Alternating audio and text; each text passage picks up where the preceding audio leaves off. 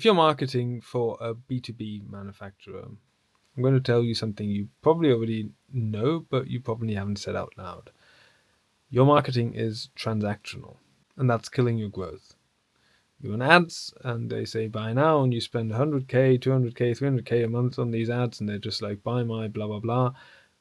And yeah, some of them work and some of them don't, and you hope someone pays, and that at the end of the month you've got better ROI and some decent ROAS on them. But you also know that there's a better way.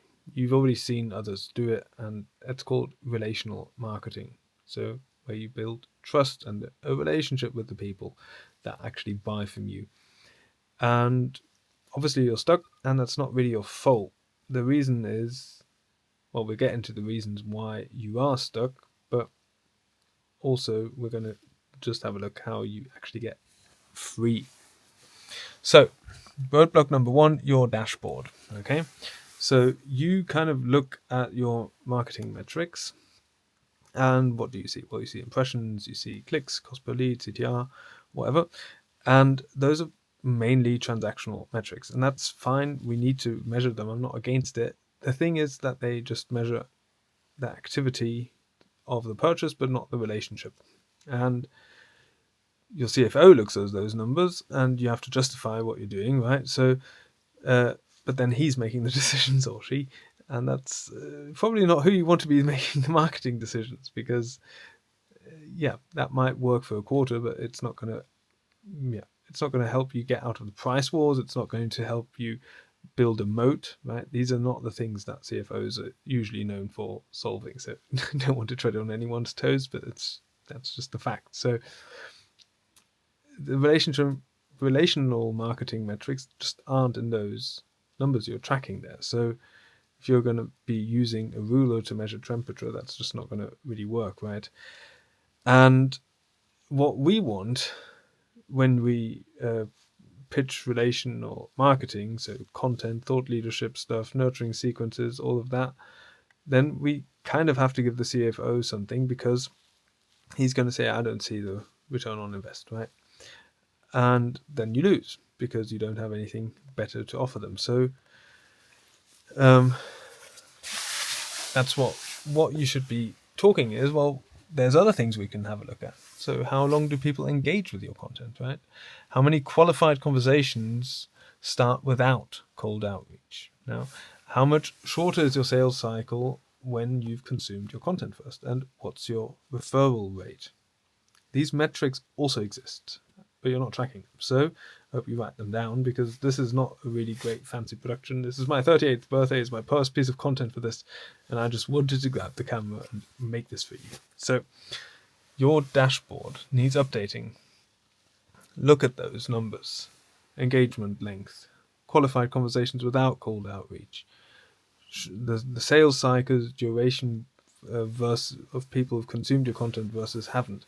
If you start setting up and tracking for that, then you're going to give your CFO something to work with. And that's important, because they're not your enemy. They just obviously have other incentives. So first of all, fix your dashboard, and then that will help you fix the strategy. So the other thing is that your CEO is optimizing for the wrong timeline. If your CEO is all about this quarter, maybe the next quarter, well, that's kind of the same as always wanting to marry this month, like before you've even started dating. So it's off-putting in relationships. Like, you know that, right? If there's someone coming up needy for personal relationship, that's not what you want. Like, you're not going to be like, oh yeah, I'm feeling really attracted to this person, right? I want to know more about them. You might have an interaction with that person. I'll just leave it in those terms, but probably not something for the long term, right? So that's kind of the same what you're doing with just focusing on the quarterly earnings. Now, I'm not saying quarterly earnings aren't important. I get it, of course, and especially if you're, if your company's basically purchased by private equity, well, then those are things you have to be able to deal with. But you need to do both, at least, because building an audience just takes time. Building authority takes time.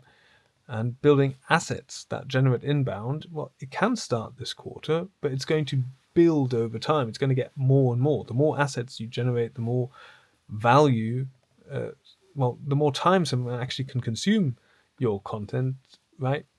Those are things that obviously go up over time, because if you're going to be starting to track how long do people engage with your content, well, if you only have one video out that's 15 minutes long, then that's the only video that you can that they can interact with you, right? But if over time you start producing regular content that is valuable, and then you can obviously start tracking a lot more, right? So if all the incentives are set up in the way that quarterly earnings have to go up right now, then yeah, it's like basically everyone you'll come into contact with as a lead, you're going to be having to ask to get married immediately, and that's just going to be off-putting to a lot of them. So basically what we do isn't, we don't switch 100% from transactional to relational marketing. We go hybrid, of course, right? We want to get sales up, we want to get revenue up, but we need to add that relational as well. So we need to have, when we're starting out, 70% transactional and then 30% relational. We build for the future as well. So what you're saying is we're hedging. So if the market shifts, then we're ready, right? But we're also getting revenue up now. And so that way you're kind of talking their language and they can play along with it. The next thing is the skills gap. Obviously, you haven't really been hiring for a relational marketing team. So the people on your team either aren't a good fit for this type of for the types of skills that are needed here, or they don't even, or they just need training, right? So either the people that you have on your team are just not the right fit at the moment, or they'll need some training, right? So you need to look at these things honestly and not from your wish list point of view. You can say what you'd like on the one hand, but you also have to look at what's reality now. And so have you got someone on your team who can actually strategize? Have you got someone who can write compelling content? Can you build a narrative that lasts for months and then builds, right? Can you create videos that people actually watch? Then can you design a nurture sequence that builds relationships? All these are questions you should ask yourself and then have a look. And if the answer is, well, you probably don't have anyone because you just have someone who does some graphics for you and someone who handles the CRM and someone who, just does some operational things that need doing on a day-to-day, some media buying, whatever. It's just a different game that you've been playing so far. And if you want to get those 30% in now, then you're going to have to look, well, where am I going to start? And if you want to start training in the existing team, it can go well, but it's the exception that goes well. Because if you're asking an engineer to become a writer, it's a lot of heavy lifting that's against their nature. That's the experience, right? So but then the other thing is that often happens as well, you hire like a content person, right?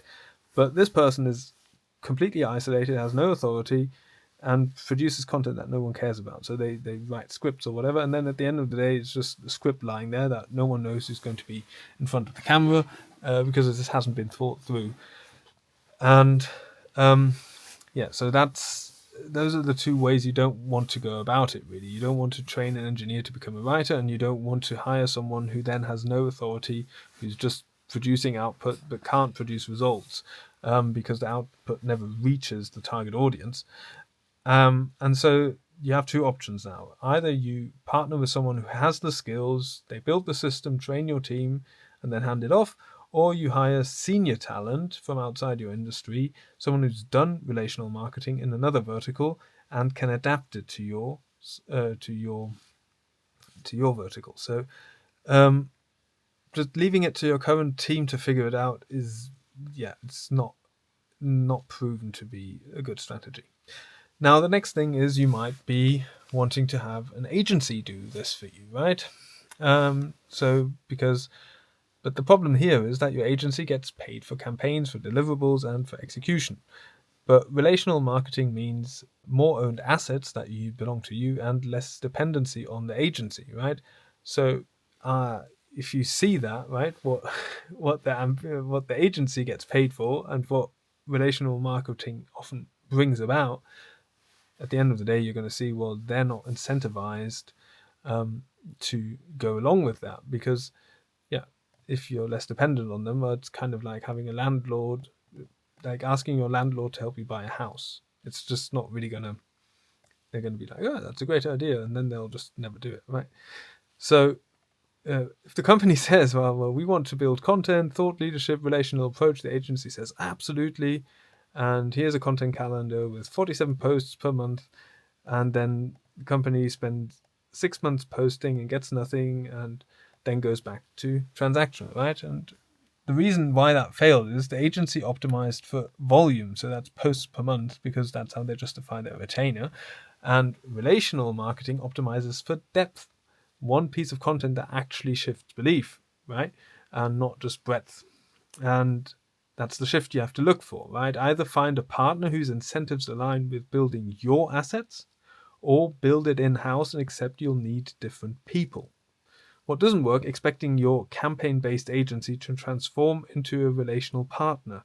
They just can't. It's not in their business model for that, right? Now, the next thing is your identity. That's also a big one. So if your identity is we're not a media, if your identity is we're not a media company, that's going to be difficult, right? Because you currently aren't, right? But who are you becoming is obviously the question to that. But if you just say, well, we're engineers, we're manufacturers, we build products, we don't make videos, that's fine. You're not a media company. However, there will be a competitor coming not very far down the line nowadays, right? Who aren't relational marketers, media companies either, but they're becoming teaching companies, right? So say, how can I put it? Well, the difference is a media company creates content to sell ads, right? But a teaching company creates content to build authority and trust. So if you have expertise in your business that could be of value to your customers, then you can be teaching them that expertise, and that's building a relationship because they come to you and they trust you after a while. So every great B2B manufacturer has always taught their customers how to use their product better, how to solve adjacent problems, and how to think about their industry. So you're already doing this to some degree in sales calls, at trade shows, in technical documentation, and relational marketing just scales you how to teach. And so stop thinking we need to become content creators. Start thinking we need to scale our expertise beyond one-on-one conversations. And that's not media, that's just leverage, right? And if you don't do it, someone in your industry will. And then they'll own your category and they can demand proper prices while you'll be fighting for scraps, right? So that's another big one. Change your identity because you're already doing it, but you don't have to become like this influencer type who's always holding up the selfie camera like me just now. You just need to see that you're already doing it just in one-on-one settings most of the time, okay? The next one is risk aversion. So no one ever gets fired for doing what everyone else does, right? There's that saying, no one ever got fired for hiring IBM. And that's the people in your organization, or maybe even you, will be looking more towards job safety, and that's understandable nowadays. But that's also why most B2B manufacturers stay transactional. It's just safe. Everyone runs ads, everyone goes to trade shows, everyone does email blasts, right? And if it doesn't work, well, we tried what everyone tries, right? And that's different in relational marketing. It actually takes balls, right? It's contrarian. It fails, and it can fail. I mean, if it fails, then you get asked, well, why did we waste time on that, right? And that's how marketing directors protect their jobs, by doing the industry standard, right? But even when the industry standard doesn't work anymore, and the thing that changes that is peer proof. So when 3 to 5 companies in your industry are publicly doing relational marketing and showing results, then suddenly it's not risky anymore. It's the new standard, and that's what you get asked, right? Well, who sounds good, right? But can you point to some companies that already do this successfully? Right? That's going to be the question that everyone asks, because everyone wants to keep their job. No one wants to look like they're the stupid person risking and not going along with best practice. So here's the question that you need to ask: do you see anyone else who actually sells product and not just info marketing, right? Do you see any of them doing it? And the answer is obviously yes. Is it working for them? Yes. Well, there are companies like, HubSpot and Fender, and I'll check up some more to throw out there in a minute, but there are a ton of companies that are now helping their customers become more successful, and that way building relationships, right? Airtable comes to mind. So that's a very common thing. So now, if you don't want to be first, I guess it's okay. To me, the writing's on the wall. Anyone I talk about says, yeah, it's obvious that you need to go down that path. It's just a question when. So maybe you start thinking about, well, I'm going to move in that direction, slowly starting thinking, how can I help my customers more? What kind of content would come about like that? Who can help me with making that, and so forth? And if you start seeing the first competitors do it, at least already be moving so that you can be among the first 10, 20% in your industry that are already doing it. You don't have to be first. I would encourage you, because it's going to happen anyway in your industry sooner or later. Right now, that window is open. So I think it makes a lot of sense to move first. But if you're very, very risk avoidant, and if you know that the culture in your company is you're never going to get anything approved if you don't have at least 2 competitors who are already doing it, right? Then at least you already internally start preparing for that conversation, because you're just going to be way too late if you only start having the conversation when 2 or 3 of your competitors are already doing it. So let's summarize again. Most B2B manufacturers stay stuck in transactional marketing because they track the wrong metrics, they have the wrong timeline, they don't have the right team, they have the wrong partners, they don't have the right identity, and they have the wrong risk calculation. And then one more: no one's ever showed them how. So that's what I want to change. If you run marketing for a B2B manufacturer and you're tired of the transactional hamster wheel, tired of campaigns that end, lead to ghosts, budgets that evaporate, I've built frameworks for how to shift from transactional to relational.